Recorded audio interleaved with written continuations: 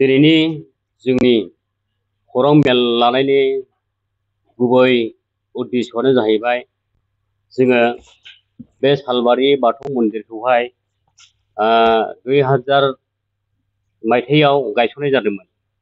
दा बे 2000 मायथाइयाव गायसननानै दिनै फैयै फैयै 25 बोसोराव आगान सुरबाय। बे 25 बोसोरनिनो जोङो दा रुफाथि मायथाइ सिलभार जुबिलि खुंनो थाखाय थाग थिग खालामनाय जाबाय। दा बेखौ असिला लानानै जोङो दा बे सिलभार जुबिलि खुंनो थाखाय साननैनि हाबाफारि लानाय जादों। 28 थारिखआव जाहैबाय जोङो बे गोथार बाथौ साननि सिलभार जुबिलिनि जोङो माने गोथार फिरफिला उरायहोगोन फुंनि 8 रिंगायाव। आरो बे फिरफिलाखौ उरायहोगोन जोङो आलासि लिंहरजानाय दंखायो। बे फिरफिलाखौ उरायहोगोन जोंनिनो मानव गेदेर जोंनिनो गावबुरा, बे गामिनिनो गावबुराया बिरहोगोन।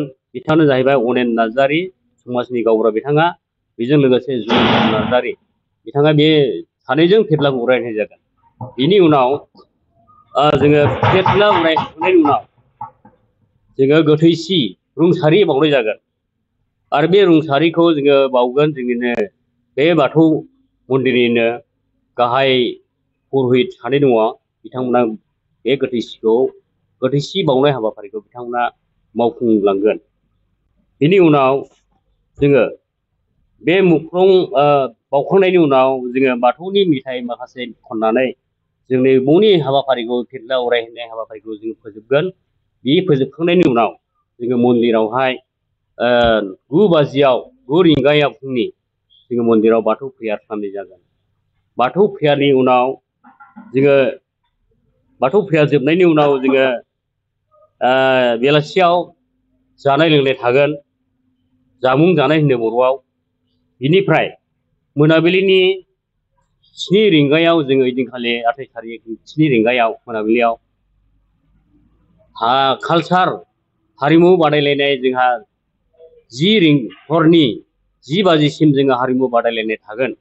ओइदिनखालि 28 थारिखनि हाबाफारिया बेहायनो जोब्बाय। आरो नेक्स्ट 29 थारिखआव जोङो गेवलां मेल लानाय जादों। गेवलां मेलाव जोङो गोबां आलासि हांख्रायनानै लाबोनाय जादों।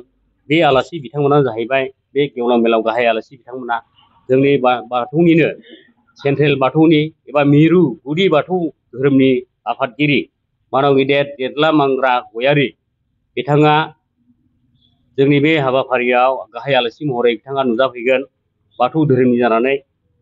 लोगोसे बेजों लोगोसे सासे आरो दंबावो गाहाय आलासि बिस्वजित दैमारि, बिथाङाबो गाहाय आलासि महरै जोंनि बे गेवलां मेलाव बाहागो लाफैगोन। बिथाङानो जाहैबाय आसामनि स्पिकार, आसाम लेजिस्लेटिभ एसेमब्लिनि बिथाङा स्पिकार दिसपुर गुवाहाटीनि।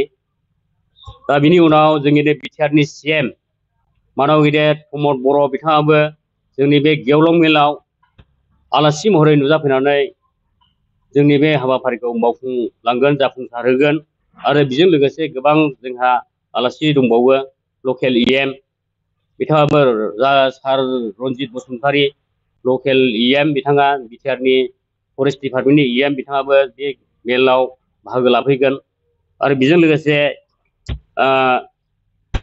क'क्राझारनि गोदो BTCनि एक्स डेपुटि चिफ मानव गेदेर खाम्फा बरगयारि बिथाङाबो आलासि महरै नुजाफैनानै बे जोंनि गेवलां मेलखौ जाफुंसार होफैगोन। आरो बेजों लोगोसे गोबां लकेल इन्टेलेक्सुयेल मानगोनां मेलेमजिबि बिथांमोनाबो जोंनि बे गेवलां मेलखौ नुजाफैनानै मेलखौ मेहेरगोनां खालामफैगोन।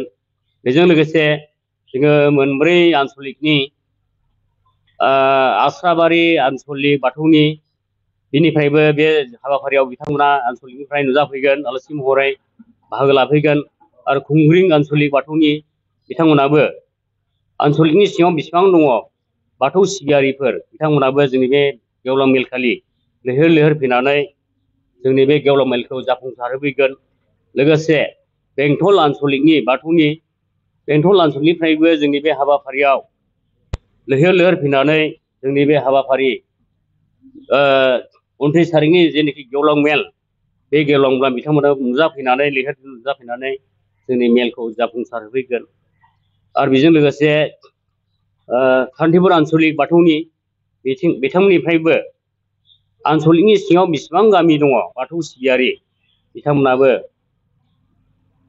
बयबो ज' लैहोर लैहोर फैनानै जोंनि बे हाबाफारियाव नुजाफैगोन। बेजों लोगोसे एरियानि ओनसोलनि जेसेबांनाखि माने इन्टेलेक्सुयेल रायजो राजा बिथांमोनखौबो जोङो खावलायखाबाय, खाथि खाला रायजो राजाफोरखौबो जोंनि बे गेवलां मेलखौ नुजाफैगोन होननानै जोङो गिबियावनो जोङो बिथांमोनजों लोगो लाजोबखाबाय। बिथांमोनाबो जोंनाव बे गेवलां मेलखालि नुजाफैनानै जोंनि गेवलां मेलखौ मेहेरगोनां खालामफैगोन। जोबनायाव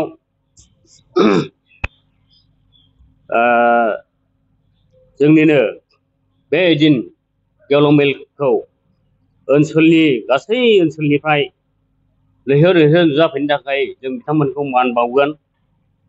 मानोना जोंनि बे गेवलां मेलखौ जाफुंसार होनायनि थाखाय बिथांमोनखौ जों रोजा रोजा साबायखर बावनाय थागोन। आरो बे सानैनि हाबाफारियाव जोङो गासैबो ओनसोलनि एरियानि सुबुं मानब गेदेर सुबुं रायजो राजाफोरखौ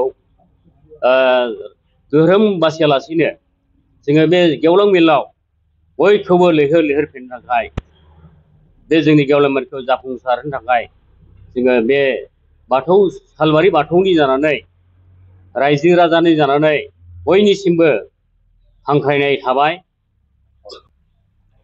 गोजोन्थों।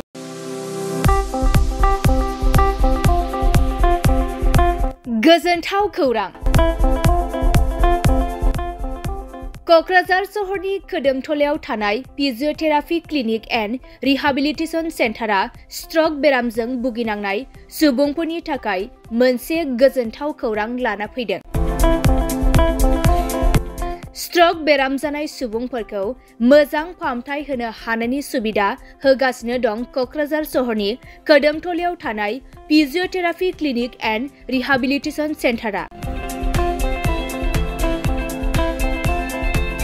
क'क्राझार सहरनि साखाथिनि खोदोमथलायाव थानाय जावा श'रुमजों नांजाबनाय फिजियोथेरापि क्लिनिक एन्ड रिहाबिलिटेसन सेन्टारा रोंगौथि गोनां कनसालटेन्ट फिजियोथेरापि डक्टर शीला बसुमतारीनि सार्भिस होनायाव stroke, sports injury, spondylitis, sciatica pain, joint pain, strain and sprain, frozen shoulder, postural correction, paediatric PT, after surgery, multiple sclerosis, post lung infection, Parkinson's disease, post fractures आरो disc प्रलेप्स आरो slip डिस्कनि बेराम जानायफोरखौ सोखानो हायो। आरो बे फिजियोथेरापि क्लिनिक एन्ड रिहाबिलिटेसन सेन्टारा क'क्राझार सहरनि गेजेरावनो बेरामिनि न'आव थांनानैबो सार्भिस होनो हानायनि सुबिदाखौबो होगासिनो दं। जुदि नोंथाङाबो स्ट्रक बेरामजों भुगिनांना दंब्ला थाबैनो क'क्राझार सहरनि खोदोमथलायाव थानाय फिजियोथेरापि क्लिनिक एन्ड रिहाबिलिटेसन सेन्टाराव थांनानै फाहामथायखौ लानो हागोन। लोगोसे नोंथाङा आबुङै मिथिनो थाखाय 6000159769 एबा 9101439836 जानबुं नम्बराव कल खालामना थोंजों खौरां लानो हागोन।